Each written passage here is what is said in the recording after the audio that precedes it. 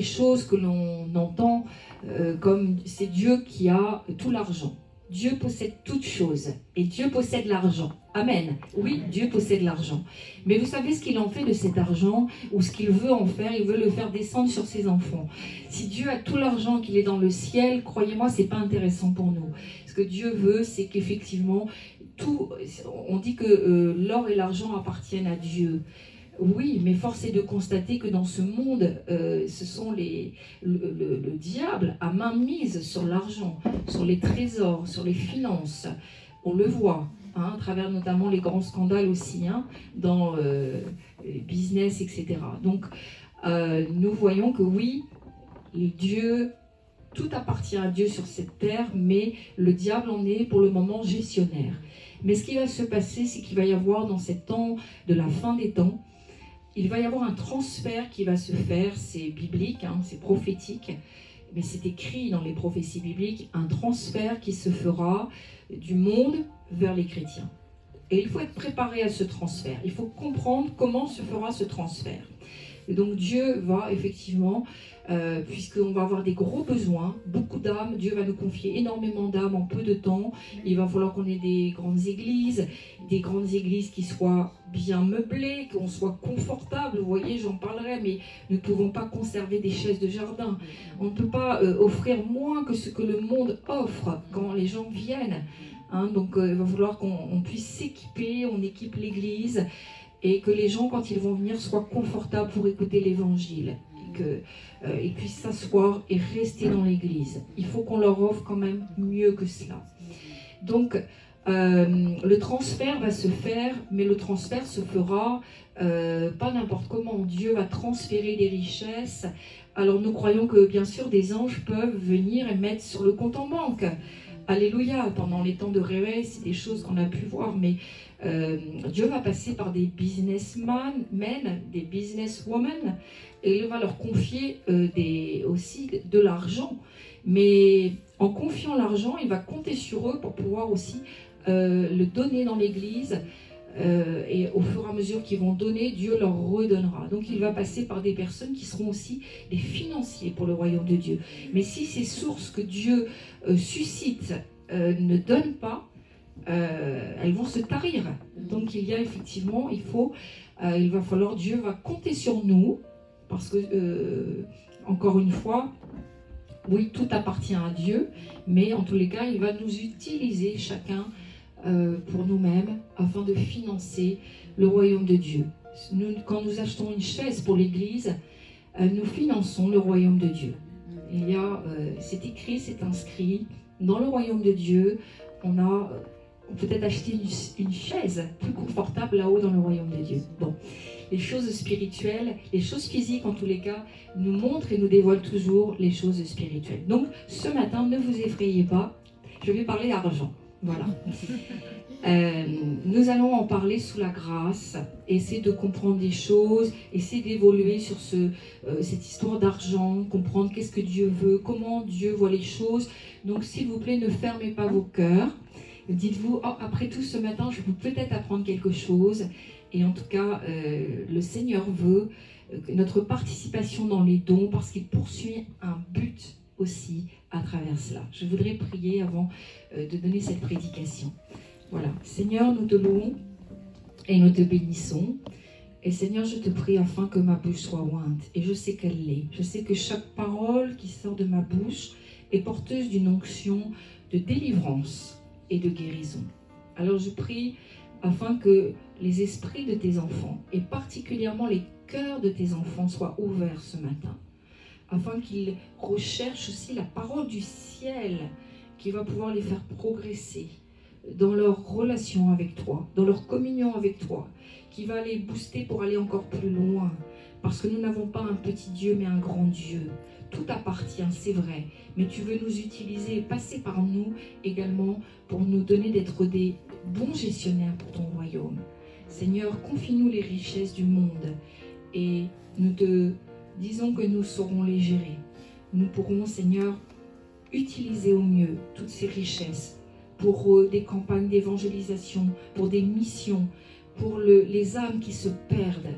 Seigneur, chaque centime que tu nous confieras, nous croyons et nous prions pour cela afin qu'il soit démultiplié.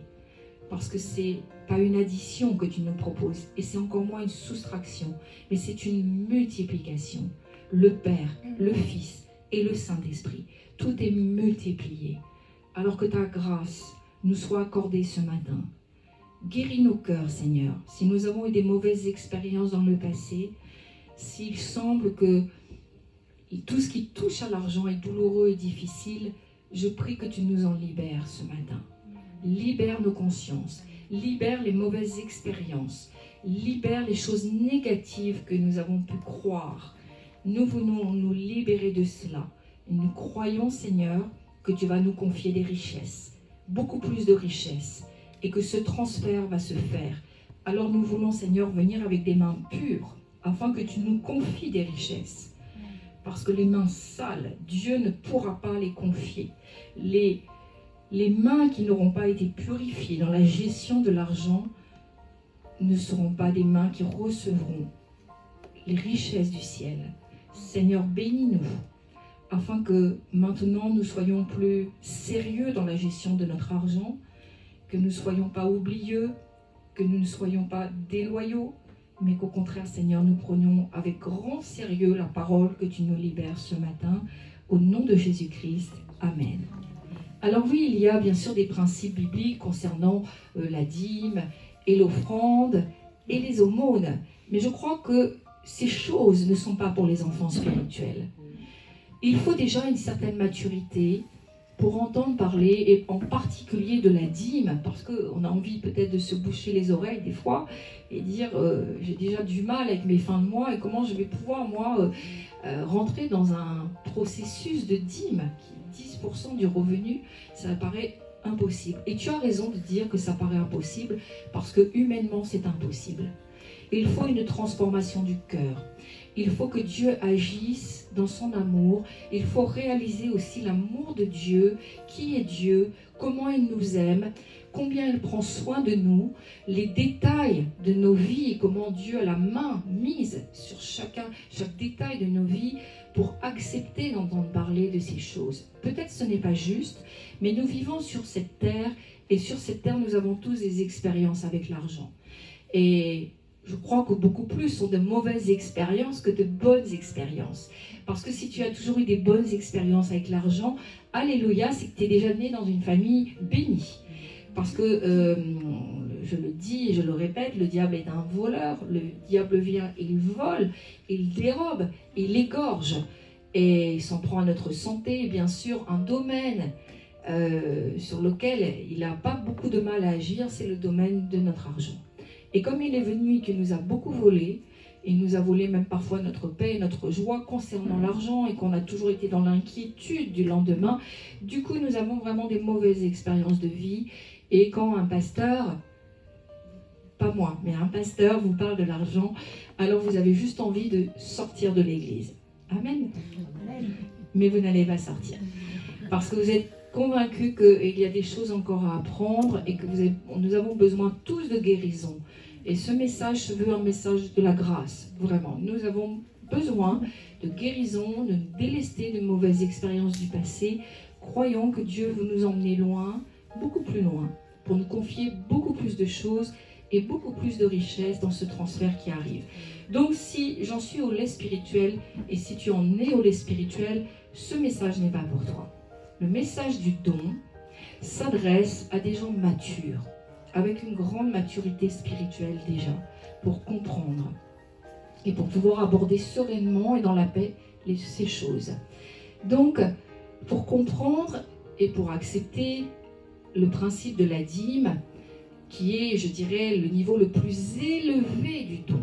Il y a d'autres niveaux qui sont moins difficiles, peut-être moins douloureux. En tous les cas, il va falloir avoir expérimenté réellement ce qu'est la grâce infinie de Dieu. Sans cette expérimentation, sans ce réma personnel, ça va toujours être très douloureux de donner ma dîme. Et ça va être même impossible. Et je le crois. Je crois que ce sont des choses spirituelles. Ce sont des mécanismes spirituels. Et nous y rentrons progressivement. Mais il nous faut une certaine dose de maturité. Et donc, cette histoire de dîme dont je vais parler, mais je vais surtout aborder les offrandes et les aumônes, nous pouvons regarder dans Genèse chapitre 14, au verset 18 à 28, l'origine de la dîme. Cette histoire de dîme, je veux l'aborder d'une façon différente. Je ne veux absolument pas l'aborder d'un point de vue légaliste, ce qui ne m'apporterait rien du tout et à vous non plus. Je veux l'aborder sous l'angle de la grâce. Et c'est pour ça que dans Genèse 14, 18 à 28, c'est le bon passage pour nous. Voilà, les questions d'Abraham. Après qu'Abraham fut revenu vainqueur de Kedorlaomer et des rois qui étaient avec lui, le roi de Sodome sortit à sa rencontre dans la vallée de Shavé, qui est la vallée du roi. Melchisédek, roi de Salem, fit apporter du pain et du vin. Il était sacrificateur du Dieu Très-Haut. Il bénit Abraham et dit « Béni soit Abraham par le Dieu Très-Haut, maître du ciel et de la terre. Béni soit le Dieu Très-Haut qui a livré tes ennemis entre tes mains. » Et Abraham lui donna la dîme de tout. Le roi de Sodome dit à Abraham, « Donne-moi les personnes et prends pour toi les richesses. » Abraham répondit au roi de Sodome, « Je lève la main vers l'Éternel, le Dieu Très-Haut, maître du ciel et de la terre. Je ne prendrai rien de tout ce qui est à toi, pas même un fil, ni un cordon de soulier, afin que tu ne dises pas, j'ai enrichi Abraham. Rien pour moi, seulement ce qu'ont mangé les jeunes gens et la part des hommes qui ont marché avec moi. Aner, Escol et Mamré, ils prendront leur part. »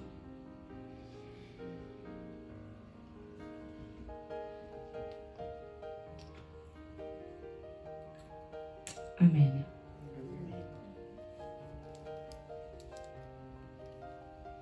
Alléluia. Voilà. Il est question donc là de la dîme et de ce principe de la dîme. C'est quelque chose que je voudrais vous dire, c'est réellement Dieu n'a absolument pas besoin de notre argent. Nous l'avons dit, Dieu, tout lui appartient sur cette terre. Il n'a absolument pas besoin de notre argent, il n'en a que faire de notre argent, mais il veut utiliser ce système du don. Évidemment, avec quelque chose qui est peut-être vital pour nous, parce que sans argent, on ne peut rien faire. Il veut utiliser le système du don, de quelque chose qui pour nous est précieux et vital, puisque si je n'ai pas d'argent, je ne peux pas manger ni boire, etc., avoir un logement. Donc Dieu veut utiliser ce système du don pour nous faire rentrer dans un principe aussi de grâce, et nous faire rentrer dans un principe de bénédiction et, si l'on continue, de prospérité. Et Dieu aurait pu faire ça autrement. Dieu aurait pu faire ça d'une autre manière. Mais Dieu a voulu, et c'est lui qui a montré d'ailleurs l'exemple à travers le don parfait qu'il a fait en Jésus-Christ, son Fils unique. Et c'est là que nous pouvons croire dans l'amour de Dieu, parce que l'amour doit se prouver. L'amour doit se démontrer. C'est pour ça qu'un homme qui dirait toujours à sa femme « Oh, je t'aime, tu es merveilleuse », et qui jamais ne le démontrerait par des actes, ne serait-ce qu'en lui offrant des fleurs, mais bon, il y a peut-être plus que les fleurs. Je pense d'ailleurs qu'il y a plus que les fleurs. C'est une démonstration un peu au quotidien. On pourrait dire non, il ne m'aime pas. Et ce n'est pas ça l'amour, parce que l'amour doit se démontrer. Et l'amour se démontre, le Dieu qui est amour, nous a ouvert le chemin et l'a démontré à travers le don. Le don le plus excellent et le plus parfait en la personne de son Fils unique Jésus. Un don, un sacrifice, et il a payé de sa vie, puisque le sang, son sang a coulé, le sang nous rappelle la vie. Jésus a donné sa vie pour nous. Et il nous emmène sur ce chemin du don. Il dit, si tu m'aimes, il faudra suivre le même chemin. Et c'est le chemin du don. Alors Dieu ne nous demande pas de verser notre sang, ça a déjà été fait. Dieu nous demande de lui donner notre vie. Et c'est comme ça qu'on le reconnaît comme Seigneur et Sauveur de notre vie. On reconnaît que sans Jésus, nous sommes voués à l'enfer. Le don de notre vie, le don de notre vie, de notre personne, de qui on est. Et ensuite, quand on commence à rentrer dans une communion avec Dieu, il va nous demander un autre type de don. Le don de mon argent. Le don de ce qui me sert, moi, à vivre. De ce qui m'est absolument indispensable. Vous voyez? Et c'est le deuxième type de don. Le principe biblique à propos du don, c'est que Dieu n'a pas besoin de notre argent. Et il a rendu l'Église terrestre dépendante de la nécessité d'argent pour annoncer l'Évangile. Waouh! Dieu aurait tellement pu faire autrement. Et c'est quelque chose qu'on entend souvent, l'Évangile est gratuit. Pourquoi tu fais un appel au don? Pourquoi tu fais une collecte au don, frères et sœurs, amis? Parce que le don, c'est Dieu. On ne peut pas distinguer l'un de l'autre. Dieu, c'est le don. Et nous, nous avons déjà donné notre vie à Dieu. Ce don aussi, nous l'avons fait. Et nous devons régulièrement faire le don de ce qui est quasiment le plus précieux pour nous. Et il nous rend participants de sa grâce pour l'Église terrestre. Et il dit, voilà, l'Évangile est gratuit, c'est une réalité, je dis oui, l'Évangile est gratuit. Nous n'annonçons jamais l'Évangile en faisant payer. Mais Dieu veut que les moyens pour annoncer, pour propager l'Évangile, en tous les cas sur cette terre, et tant que nous serons sur cette terre, c'est payant. Et il nous faudra, frères et sœurs, aller dans des aéroports. Et tant que nous n'aurons pas cette capacité de nous téléporter, et alléluia, ça va nous faire des économies. En tous les cas, nous devons encore prendre des avions, prendre des trains, nous déplacer en voiture, etc. Et nous ne devons pas être limités. C'est terrible de voir des chrétiens limités faute d'argent. Ils disent, je voudrais mettre en place telle mission, telle campagne d'évangélisation, mais je n'en ai pas les moyens. Les églises, des églises qui disent qu'ils n'ont pas les moyens de propager l'évangile. Et c'est affligeant et c'est triste. Parce qu'une église bénie, c'est une église prospère. Dieu utilise la richesse pour propager l'évangile. Mais une église qui serait pauvre ne peut rien faire pour Dieu. N'est pas intéressante. Vous voyez, c'est une église qui n'est pas bénie. Donc ce principe de l'évangile qui est gratuit, nous en sommes convaincus, mais les moyens pour amener l'évangile sont payants. Et on ne peut pas faire autrement parce que Dieu a prévu que ça serait comme ça. Il a prévu qu'en fait ce sont les membres de l'église, les chrétiens, qui eux vont devoir mettre la main à la poche. Voilà, c'est le principe de Dieu. Donc si vous n'êtes pas d'accord avec ça, il faut voir avec Dieu lui-même, directement. Je n'y suis pour rien. Et une église qui, évidemment, a bien compris le principe du don et marche aussi dans la direction du Saint-Esprit, parce qu'il ne faut pas non plus faire les dons n'importe comment. Hein, il faut bien sûr se rendre aussi disponible à l'écoute du Saint-Esprit. Donc nous marchons dans la grâce. Donc il y a effectivement le principe du don, il y a la marche avec le Saint-Esprit. Et cette église-là, bénie, prospère, elle va produire un réveil. Elle produira un réveil. Et elle pourra sauver les membres de ta famille beaucoup plus vite. Elle va sauver tes enfants beaucoup plus vite. Parce qu'elle a les moyens de le faire. Des moyens pratiques, des moyens financiers pour aller accueillir et surtout aller chercher et accueillir les perdus. Alors quand une église est à l'aise financièrement, elle peut tout organiser. Elle n'est plus limitée. Des événements, elle peut inviter des hommes, des femmes moins. Elle peut organiser des grandes campagnes d'évangélisation. Et plus vite elle gagne les âmes, plus elle remplit et vite le royaume de Dieu. Et c'est puissant, vous savez. Pour Dieu, c'est quelque chose d'extrêmement puissant. Notre collaboration dans le don. Parce qu'on dépouille l'enfer et on est en train d'amener des âmes dans le royaume de Dieu. Alors la pauvreté, certains croient que ça peut être une bénédiction. Certains croient que les églises ne doivent rien avoir. Mais moi, dans la parole, je lis que la pauvreté n'est jamais une bénédiction. Les patriarches avaient de l'argent.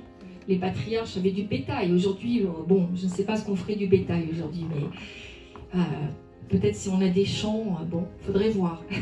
Mais si vous n'avez que du bétail à offrir, alléluia, c'est bien.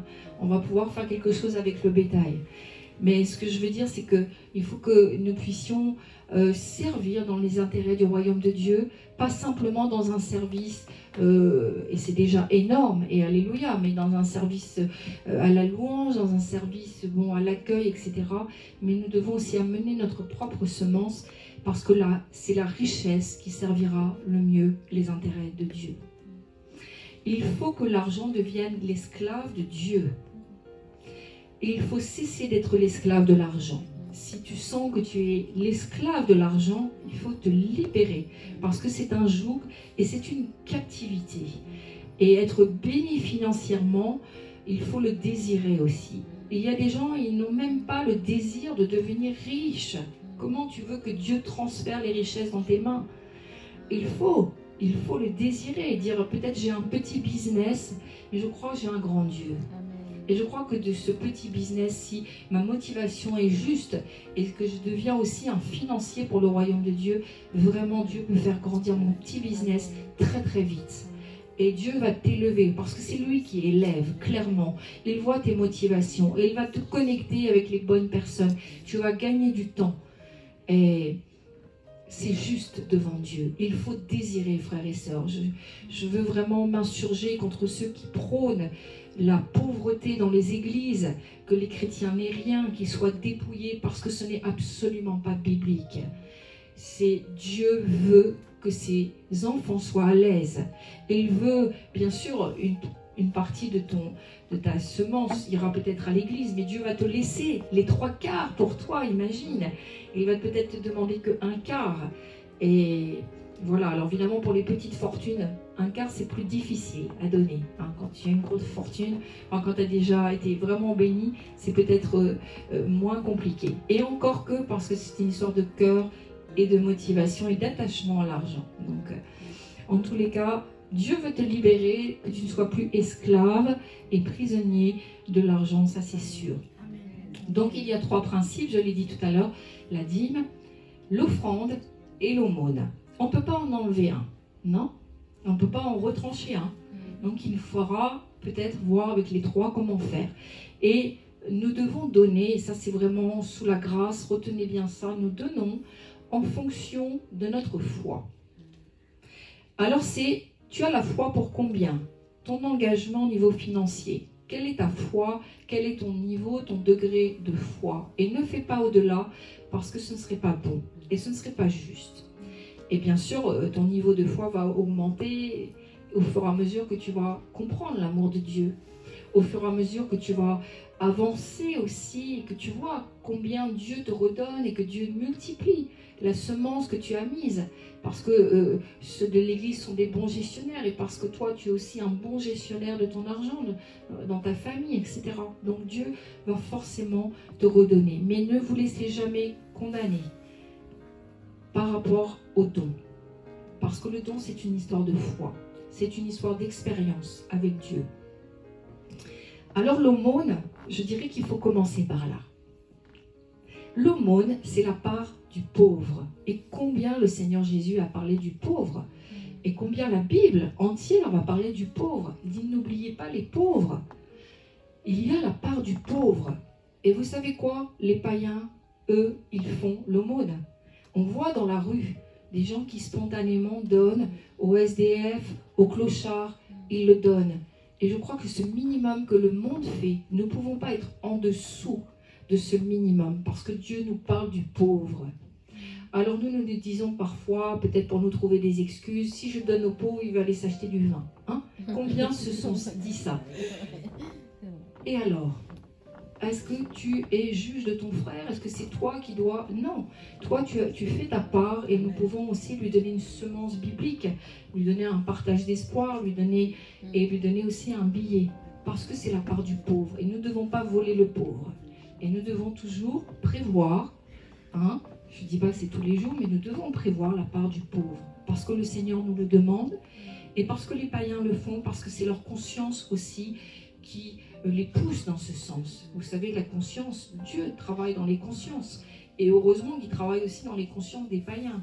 Et Dieu met aussi ce désir d'aider les pauvres. Donc il y a les pauvres, je l'ai dit, dans la rue, mais vous avez des pauvres dans vos amis, vous avez des pauvres dans l'église, des gens qui sont démunis, ça peut être momentanément aussi, mais en tous les cas, voilà. Et ils se trouvent dans une situation, pour eux c'est compliqué, il faut penser aux pauvres, dans l'église et à l'extérieur. Il y a la part du pauvre. Donc, c'est vraiment une bénédiction parce que quand nous le faisons, nous ne le faisons pas dans un, je dirais, un esprit légaliste, de dire « Oh, t'as intérêt à t'acheter un sandwich ». Je l'ai déjà entendu. Et si vous voulez absolument qu'il s'achète un sandwich, allez lui acheter en plus un sandwich.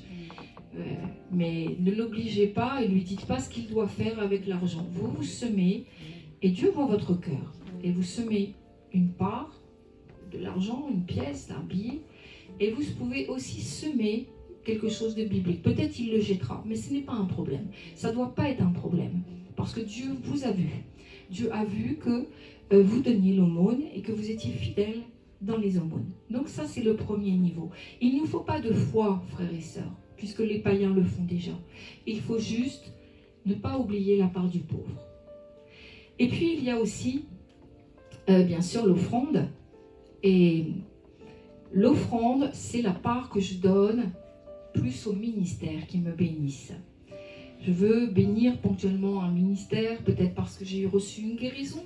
Un ministère a prié pour moi, j'ai été guérie, j'ai été délivrée. Je veux glorifier Dieu, mais Dieu passe par un ministère pour me bénir. Un ministère qui a dû se consacrer, un ministère qui paye un prix, un ministère qui vit aussi par la foi.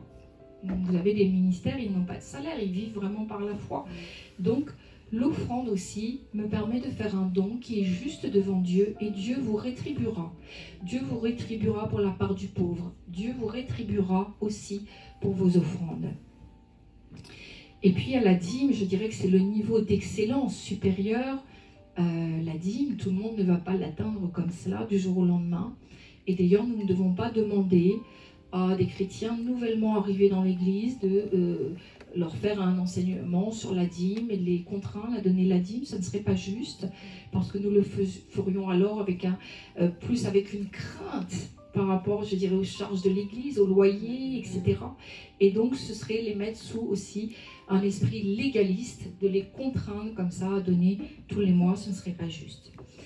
Il y a, mais ce qui est juste tout de même, c'est de réaliser que dans ce monde, tout est payant. Et quand nous venons à l'église, nous ne pouvons pas non plus, parce que Dieu le voit, et c'est entre Dieu et vous, parce que nous, on ne le verra peut-être pas quand le panier passe, mais Dieu le verra, et il verra que vous n'avez même pas, on va dire, entre guillemets, payé votre chaise.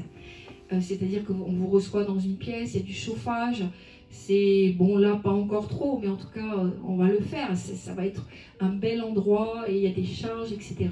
Donc, les païens le font. Frères et sœurs, amis, les païens le font. Ils vont quelque part, ils mettent quand même une pièce en disant, voilà, je participe, je suis venu occuper une place, voilà, pendant une matinée, etc. Au moins, je participe et je ne veux pas être injuste.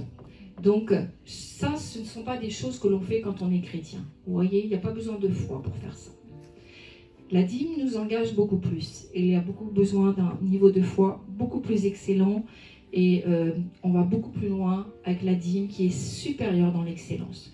Il y a quelque chose qui est dit dans les églises et c'est le fait de faire un don dans le secret. Vous savez, ce fameux verset qu'on a entendu, qu'on a peut-être mal compris, oui, que ta main gauche ne sache pas ce que ta main droite fait, etc. Vous connaissez ce verset, hein? Et on m'a déjà dit, et j'ai déjà entendu, mais alors comment ça se fait que tout le monde voit quand il y a un TPE, et donc nous avons aussi un TPE, c'est la bonne nouvelle, parce que ceux qui n'ont que des cartes bancaires, c'est pratique.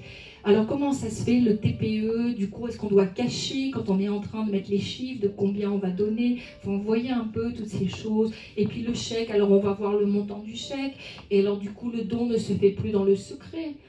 Non. Je crois qu'il faut, voilà, c'est un peu hypocrite toutes ces façons de dire ces choses-là. Et nous allons prendre, c'est dans Matthieu 6, 2, et ça part bien sûr aussi de ce verset. Lors donc que tu fais l'aumône, ne sonne pas de la trompette devant toi. comme font les hypocrites dans les synagogues et dans les rues, afin d'être glorifiés par les hommes. Je vous le dis en vérité, ils reçoivent leur récompense. Vous avez bien entendu comme moi, il s'agit de l'aumône. C'est-à-dire qu'on ne doit pas fanfaronner et voilà, vous avez quelqu'un qui n'a pas d'argent, le SDF, vous l'emmenez, que tout le monde voit. Hein. Oh, le SDF, il est là et moi je suis là. Regardez comment je suis généreux, etc.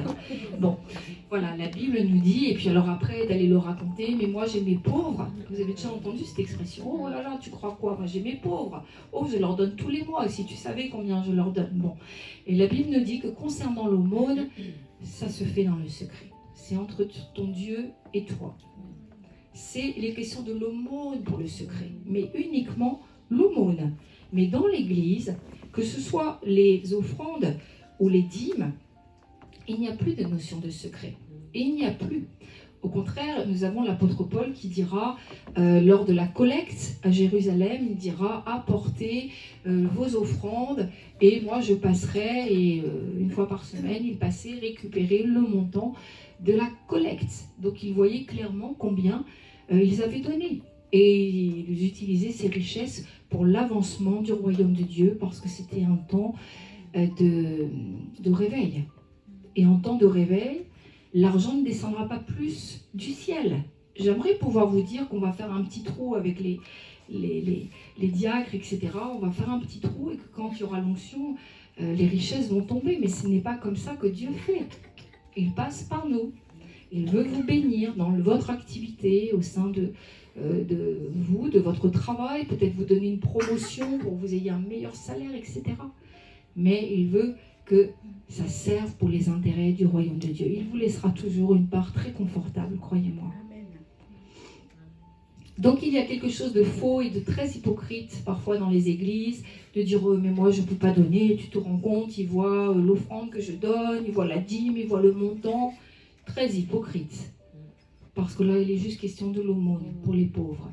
Ne te glorifie pas que tu as des pauvres, ne te glorifie pas que tu donnes tant à tes pauvres, parce que Dieu dit que là, si tu te glorifies devant les hommes, alors tu as déjà perdu ta récompense dans le ciel. Tu as déjà ta récompense sur la terre.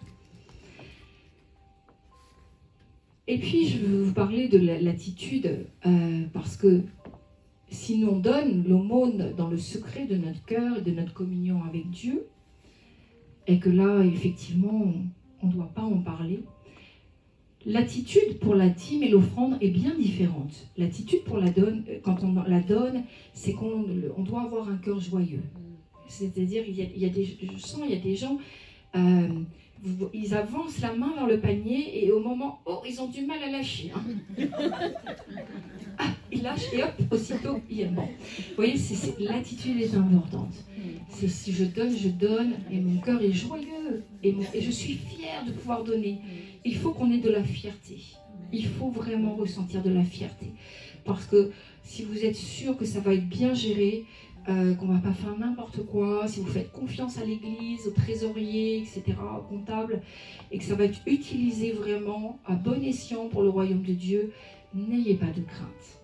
N'ayez pas de crainte. Vous donnez avec un cœur entier. Et ce n'est plus votre problème. Et je dirais même que si c'est pas le cas ici, mais si c'était même un mauvais gestionnaire, ce n'est plus votre problème. C'est comme de dire aux pauvres, je t'interdis d'acheter du vin avec, achète-toi un sandwich. Non, on n'a pas le droit de dire ça. Il l'utilisera comme il veut. Mais nous, on a été la main utilisée pour donner. Et Dieu retient cela. Et Dieu le voit. Donc, c'est un privilège, on le voit dans l'église de Jérusalem par rapport à la collecte. Ils se bataillaient pour pouvoir participer à la collecte. Imaginez, ils avaient compris parce que il y avait un réveil, il y avait un feu, et ils voyaient combien cet argent-là allait être, le fait de donner allait être une bénédiction et que Dieu allait leur rendre encore et encore. C'est pour ça que c'est une histoire de réma, c'est une histoire, je dirais, d'expérience avec Dieu, qu'on ne manquera jamais de ce qu'on a donné.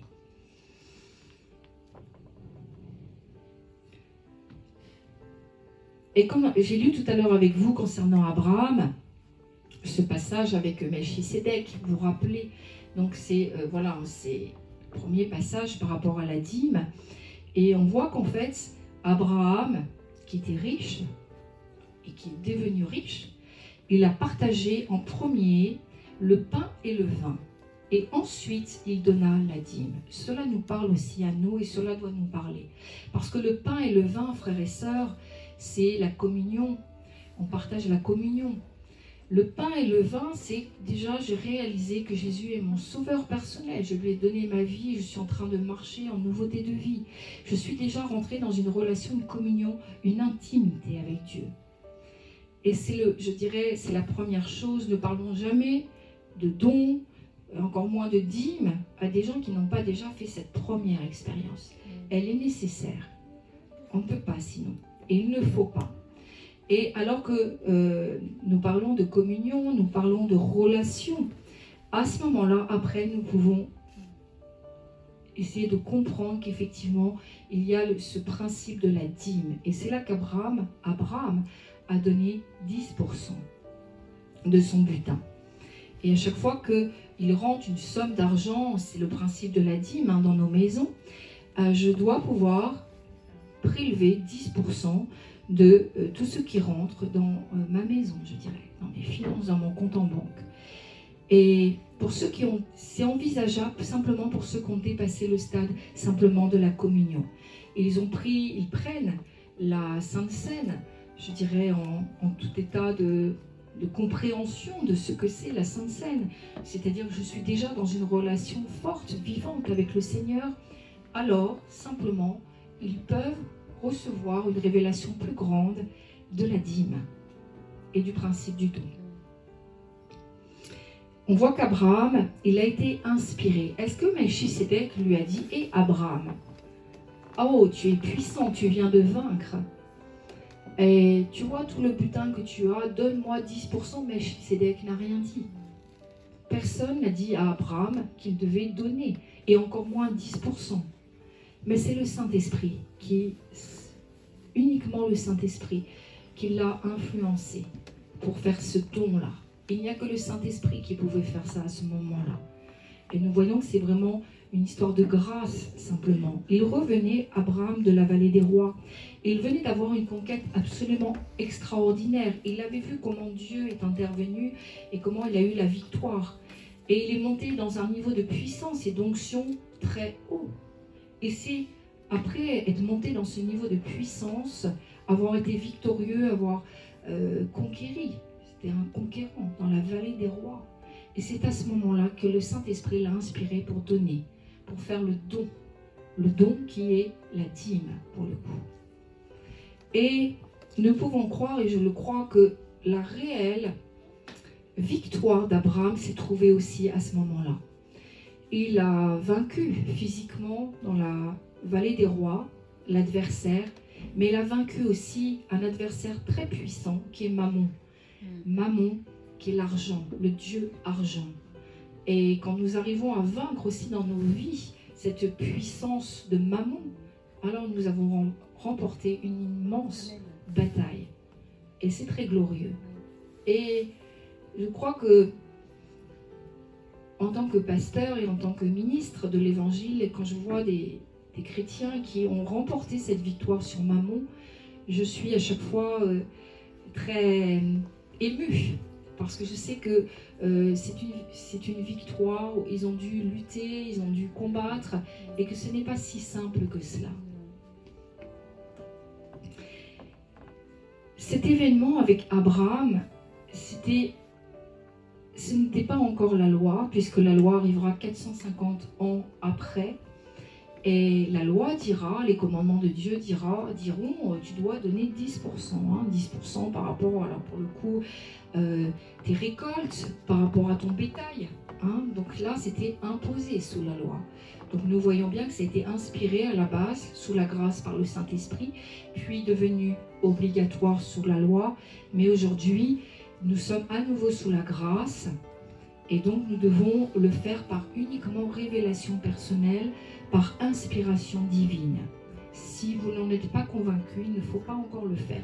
Ça ne vous dispense pas du don, ça ne vous dispose pas de l'offrande, qui elle est nécessaire, je l'ai dit tout à l'heure, et que les païens sont capables eux aussi de faire, mais il faut une révélation concernant la dîme.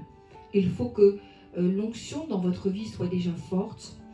Il faut que votre communion avec Dieu soit encore plus forte. Et il faut que vous arriviez à vous réjouir du don, de faire des dons et d'être fiers. Parce qu'il y a une fierté aussi.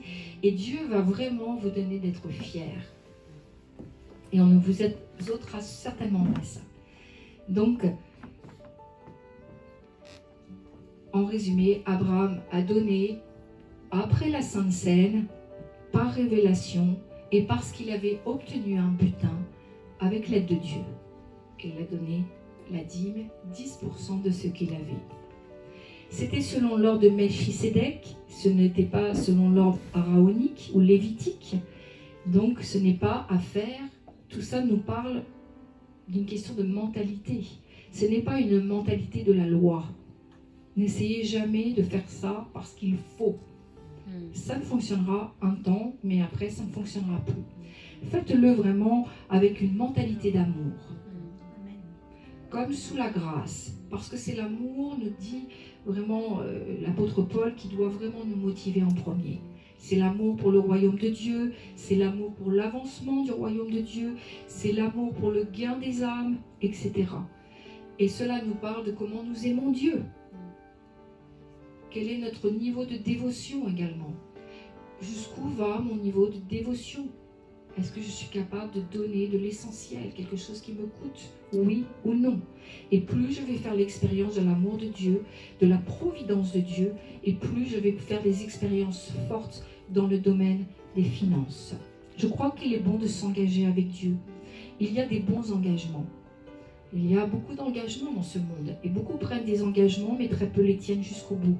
Mais avec Dieu, vous êtes toujours gagnant. Il faut s'engager avec Dieu et décider à un moment donné, oui, je vais faire des dons régulièrement. Ce n'est pas juste, même les païens sont capables de faire des dons. Je dois rentrer dans ce don un peu systématique qui va forcément me bénir.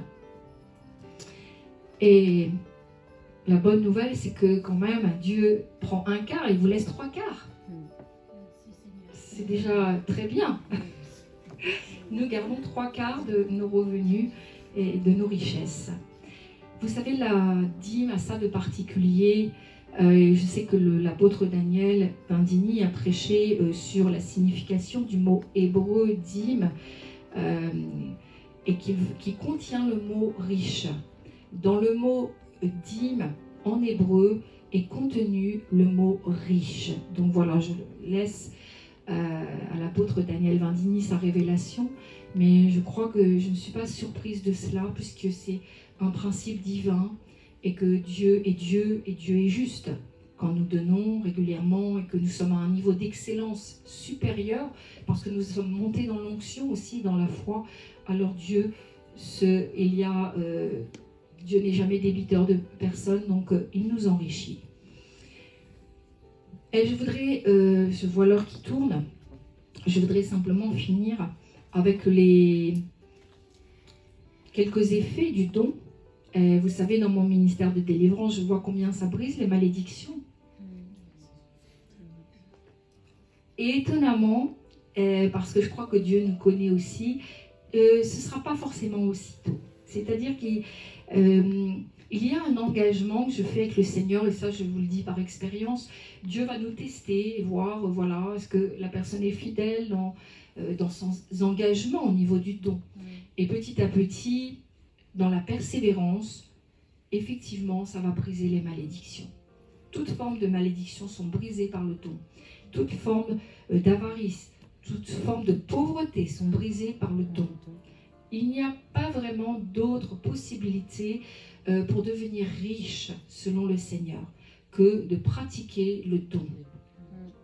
C'est ce que Dieu veut. Il veut utiliser cela, et c'est pour ça qu'il dit que finalement le don nous enrichit aussi. C'est-à-dire que Dieu va multiplier ta semence. Dans l'autre sens, ce que tu vas mettre dans le panier va être multiplié, mais Dieu aussi va t'enrichir. C'est-à-dire que les dettes partiront, ne reviendront pas vers toi, les malédictions financières sont neutralisées, ça va attirer la faveur pour récupérer les pertes. Il y a des gens comme ça, ils ont eu des grosses pertes. Et en fait, dans leur fidélité au don, ça a récupéré les pertes. Et je le vois régulièrement dans mon ministère. Et ça nous fait entrer pleinement dans notre propre bénédiction et prospérité, qui n'est pas la même pour tous. Ça, c'est fort. Donc, c'est progressif. Donc, ne faites pas pendant une semaine des dons. C'est bon, c'est bon. C'est bon le don. Non, il faut aussi, c'est un engagement, je crois, et à soutenir l'Église, le corps de Christ. Je terminerai sur ce passage qui est merveilleux aussi de la parole. C'est Luc 21, 2 à 4. C'est l'histoire de cette pauvre veuve. Nous le connaissons, mais je voudrais vous le relire. Ça fasse écho ce matin à vos cœurs. Il est question de Jésus, dans les évangiles. Il vit aussi une pauvre veuve qui imitait 2 petites pièces. Il était dans le temple, il regardait ceux qui donnaient. Il vit aussi une pauvre veuve qui mettait 2 petites pièces et il dit, je vous le dis en vérité, cette pauvre veuve a mis plus que tous les autres. Car c'est de leur superflu que tous ceux-là ont mis des offrandes dans le tronc, mais elle a mis de son nécessaire tout ce qu'elle avait pour vivre. Je voudrais vous dire, on ne va pas vous demander de mettre forcément de votre nécessaire. Ce n'est pas là-dessus que je voudrais vous parler. Mais le Seigneur va... Déjà, on voit que Dieu s'intéresse à l'argent. Ne me dites pas que Dieu ne s'intéresse pas à l'argent. Jésus était là dans le temple, il regardait ce que les gens donnaient. Et il voit cette pauvre et veuve. Waouh, ça fait beaucoup pour la même. Vous savez qu'à l'époque, quand on était veuve, on n'était pas bien vu en fait. Et quand on était pauvre, on n'était pas non plus bien vu. Donc c'est moins pour cette femme. Et le Seigneur la regarde et il voit ses motivations. Il voit son cœur, en fait. Nous ne pouvons pas voir le cœur de quelqu'un qui donne. Mais lui pouvait voir la motivation de son cœur. Et il voit qu'elle le fait vraiment. Est-ce que vous croyez qu'elle n'avait pas d'inquiétude? Je crois qu'elle devait avoir des inquiétudes.